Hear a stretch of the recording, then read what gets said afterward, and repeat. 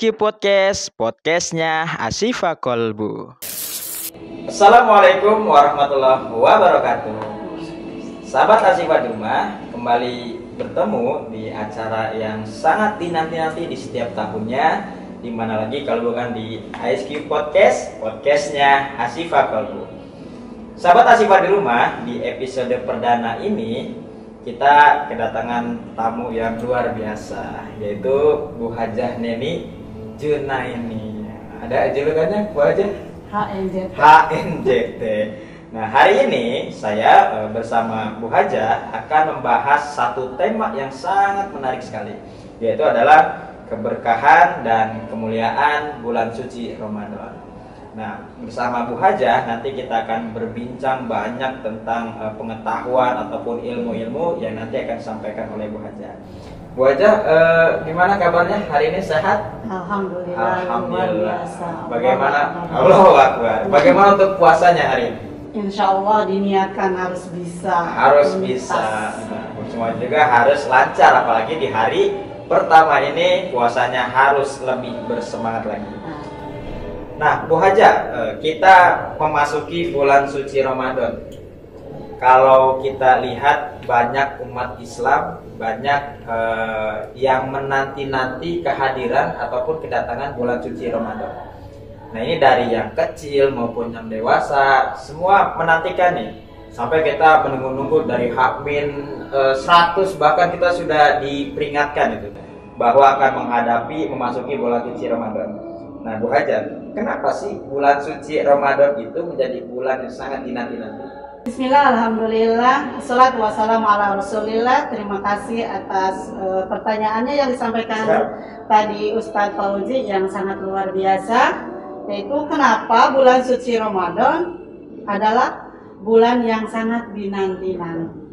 Baik, alhamdulillah teman-teman semuanya, sahabat Asifa dimanapun berada, dan saudara-saudaraku muslimin wal muslimat, semoga kita bisa menjalankan ibadah puasa 1 bulan ke depan dengan sehat walafiat. Untuk menyikapi pertanyaan yang tadi disampaikan, mengapa kita harus menanti bulan suci Ramadan, ya Ustaz ya? Karena bulan suci Ramadan itu 1 bulan dari 12 bulan memiliki keistimewaan dan keberkahan yang beda. Walaupun keberkahan itu bisa kita dapat di setiap waktu, di setiap hari, di setiap minggu, di setiap bulan, bahkan setiap tahun. Betul. Tetapi di bulan Ramadan ini adalah karena banyaknya keberkahan yang diberikan oleh Allah Subhanahu wa Ta'ala, di mana setiap aktivitas kegiatan amal soleh kita pahalanya dilipat gandakan begitu. Jadi banyak sekali hal-hal yang semuanya itu kenikmatannya pun berlimpah, keberkahannya ada. Kenapa dinanti? Tadinya kita tidak mau beli baju, sudah mikirin beli baju. Tadinya belum membuat parcel, sudah dihitung duluan berapa bikin parcel nanti untuk ketupatnya, hadiah dan sedekah lainnya. Dan hal itu semua aktivitas kegiatan-kegiatan tersebut bernilai ibadah yang nilai pahalanya dilipat gandakan sehingga menimbulkan keberkahan otomatis di bulan Ramadan itu. Jadi intinya bulan Ramadan yang kita nanti adalah mengharapkan keberkahannya, Ustaz. Betul.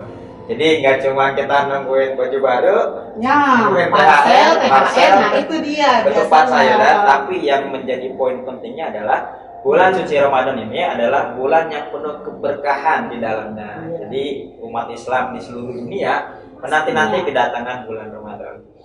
Nah, bicara soal keberkahan nih, Bu Hajah, sebelum kita masuk keberkahan apa aja yang ada di bulan Ramadan, tapi arti dan makna kata berkah itu apa, Bu Hajah? Masya Allah ya, kita sering semoga berkah gitu. Betul. Harta yang berkah, ilmu yang berkah, Masya Allah. Berkah itu sendiri adalah ziyadatul khair, artinya bertambahnya kebaikan. Kalau kita memberi kenikmatan kepada orang, maka bertambah pula kenikmatan kepada dirinya sendiri yang memberikan keberkahan sedekah, baik hartanya ataupun ilmunya.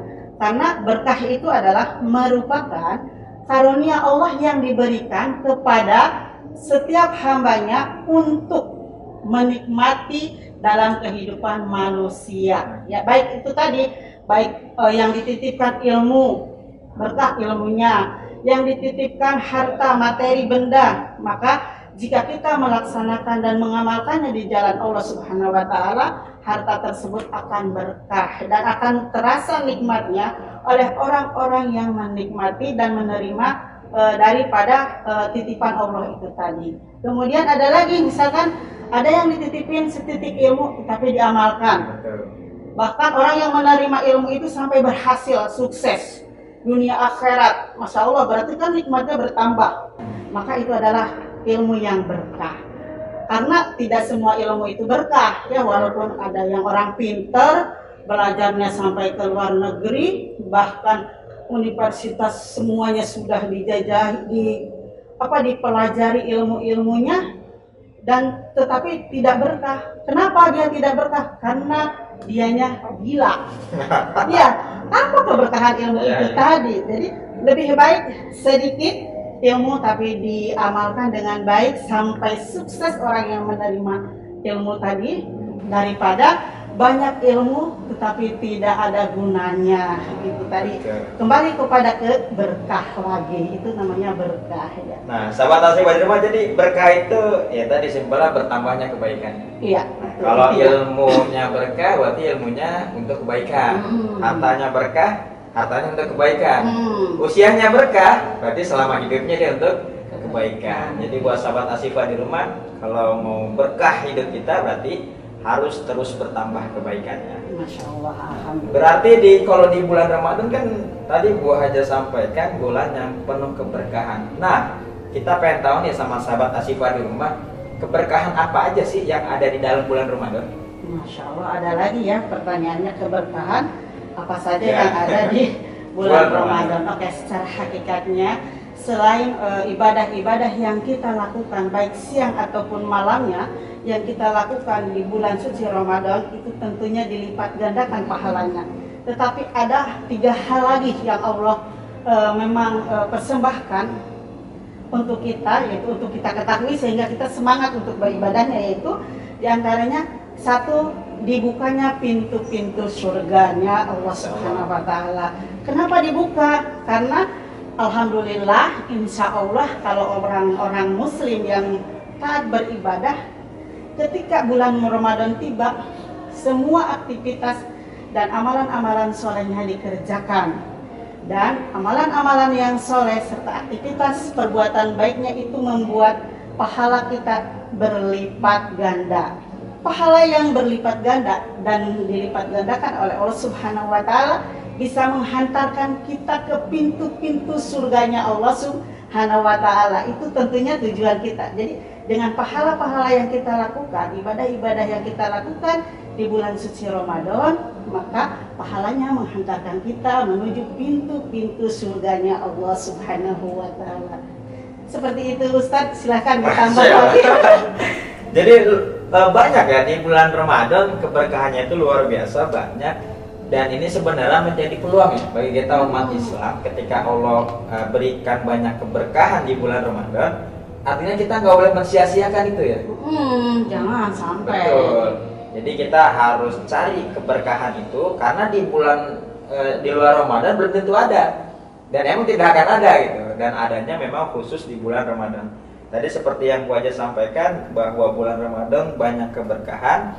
Artinya di sini banyak peluang kita untuk bisa mencari ridhonya Allah Subhanahu wa taala dengan harapan kita bisa masuk ke surganya Allah Subhanahu wa taala. Tapi masih ada 2 lagi. Masih ada lagi. Apa nih? Jadi hal-hal yang keberkahan Allah yang memang kita secara hakikat ya tadi dibukanya pintu-pintu surganya Allah Subhanahu wa taala.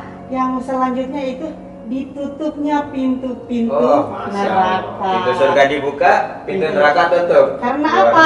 Karena umat-umat Islam yang beriman dan bertakwa sibuk dengan ibadahnya. Sehingga pintu-pintu neraka itu tidak ada celah untuk terbuka karena kita sibuk dengan ibadah-ibadah. Maka nilai ibadah itu bisa menjauhkan kita dari pintu-pintu neraka tersebut. Jadi pintu-pintu neraka tertutup karena kita lagi sedang sibuk meraih berkah, meraih pahala, serta meraih apalagi Ustadz kira-kira ya ganjaran ganjaran yang masya Allah yang tidak ada di bulan-bulan yang lainnya, sehingga hal tersebut bisa menghindarkan kita dari perbuatan-perbuatan maksiat dan dosa. Itu yang kedua ya, tertutupnya pintu-pintu neraka. Yang ke satu lagi, mohon maaf ya. Siap, lanjut. Yaitu dibelenggunya setan. Iya. Biasanya kita digoda setan-setan ya. Dengan sibuknya dengan aktivitas berbagai amal kebaikan yang dilakukan siang ataupun malam di bulan Ramadan, maka pahala kita semakin bertambah dan berkah.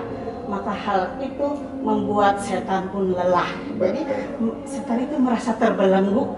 Aku kalah melihat hamba-hamba Allah yang taat beribadah pada bulan Ramadan tersebut. Itu ya, diantaranya keberkahan-keberkahan yang ada pada bulan Ramadan. Pintu surga dibuka, pintu neraka ditutup, setan dibelenggu. Iya. Kalau sampai malas ibadah juga, berarti kita setannya ya. Tidak usah nyari yang tidak ada ya. Iya, tidak usah nyari tidak ada. Iya. Oke, luar biasa. Nah, Bu Haja, tadi tema kita nggak cuma keberkahan nih. Tema kita ada juga kemuliaan. Nah, tapi sebelum kita masuk kemuliaan Ramadan, apa dulu nih sama kayak tadi ada arti berkah. Nah, arti atau makna dari kata mulia ini apa? Mulia, masya Allah mulia. Kayaknya mulia agung, gitu ya. Ya, betul. Itu adalah suatu kedudukan derajat yang tinggi yang diberikan oleh Allah Subhanahu wa Ta'ala kepada hamba-hambanya yang tentunya yang lulus ujian.